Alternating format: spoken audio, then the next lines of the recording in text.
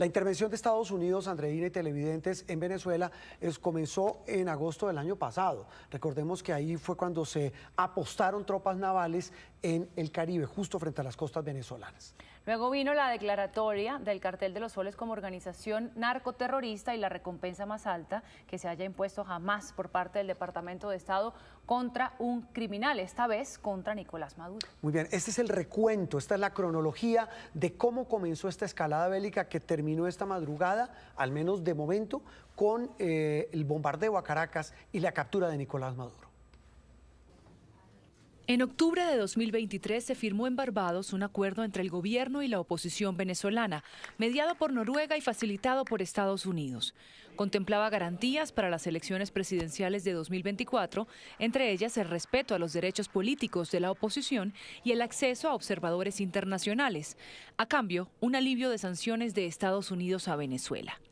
Ese pacto debía ser el inicio del retorno a las reglas democráticas. Pero la mano tendida de Estados Unidos fue un paso en falso que dio oxígeno al régimen de Maduro, que muy pronto empezó a incumplir sus compromisos. Inhabilitó a candidatos opositores o ratificó sus inhabilidades, como en el caso de María Corina Machado, la más opcionada.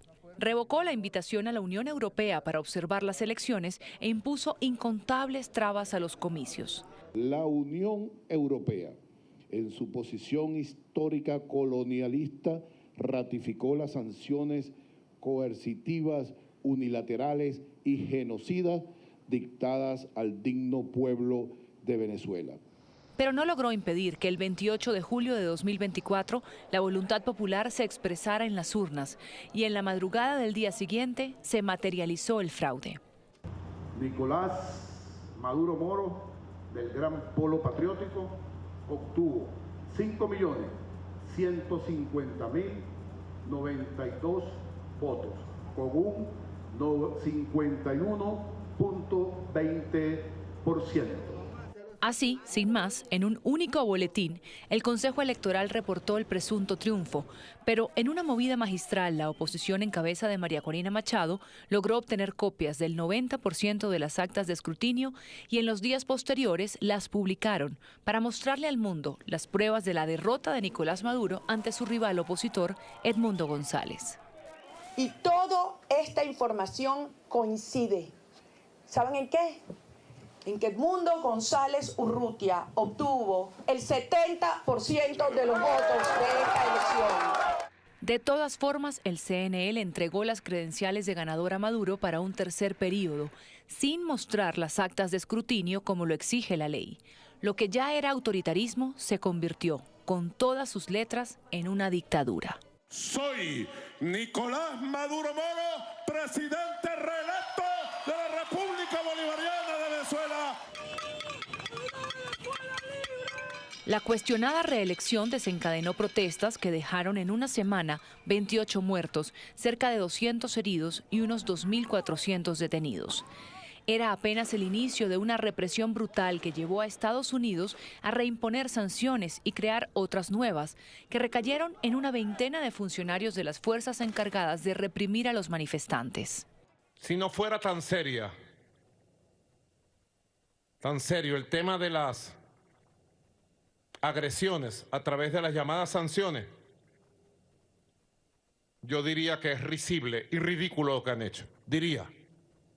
Me atrevería a decir que son unos ridículos y que nos reímos de sus sanciones, pero no lo voy a hacer. Estados Unidos reconoció el triunfo de Edmundo González. Muchos otros países cuestionaron el proceso y exigieron la publicación de las actas, pero eso nunca ocurrió. Maduro se aferró al poder con puño de hierro. El opositor Edmundo González se refugió en España tras la emisión de una orden de captura en su contra, y María Corina Machado desde entonces permanece en la clandestinidad en Venezuela. En enero de este año, las cosas con Estados Unidos se pusieron más difíciles. I, Donald John Trump, do solemnly swear that I will faithfully execute. El regreso de Donald Trump a la Casa Blanca renovó el cerco al régimen venezolano, al cual no solo consideran ilegítimo y dictatorial, sino también narcoterrorista. Bueno, Maduro es una amenaza a la seguridad nacional de Estados Unidos. Y después de 6 meses de zanahoria y garrote hacia Caracas, de acuerdos contradictorios sobre petróleo y fuertes presiones en materia de deportaciones de indocumentados, el gobierno Trump finalmente enfiló baterías contra el régimen de Maduro con el argumento de la lucha antidrogas. Sumó a la lista de organizaciones terroristas al Cartel de los Soles.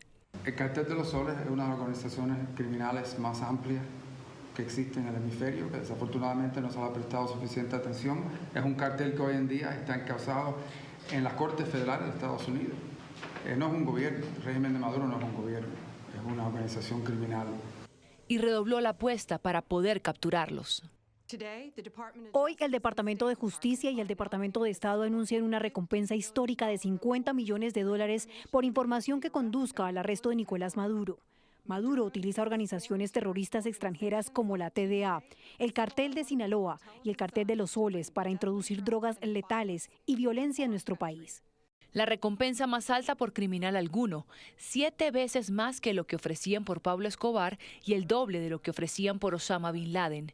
A los días, el Departamento de Justicia informó la incautación de $700 millones en bienes y recursos de Nicolás Maduro. Estos activos incluyen 2 aviones multimillonarios, varias casas, una mansión en República Dominicana,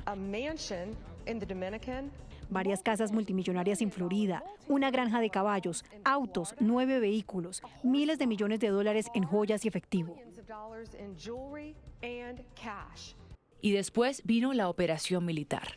Estados Unidos desplegó en el Caribe navíos destructores con sistemas de misiles guiados, un grupo de asalto anfibio conformado por el buque Iwo Jima y otras 2 embarcaciones, un submarino de ataque con propulsión nuclear, aviones Poseidón de inteligencia y unos 4.500 Marines.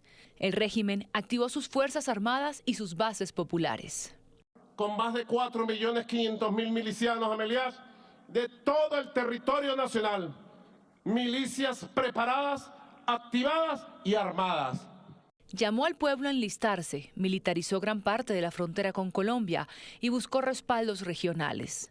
Denunciamos ante el mundo que el despliegue militar estadounidense en aguas del Caribe, disfrazado de operaciones antidrogas, representa una amenaza a la paz y a la estabilidad de la región y constituye una violación flagrante del derecho internacional y de la Carta de las Naciones Unidas.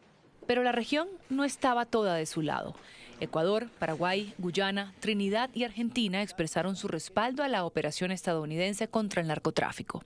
Brasil respaldó los esfuerzos antidrogas, pero expresó su rechazo a cualquier intervención armada. En contraste, para el presidente de Colombia, el Cartel de los Soles no existe.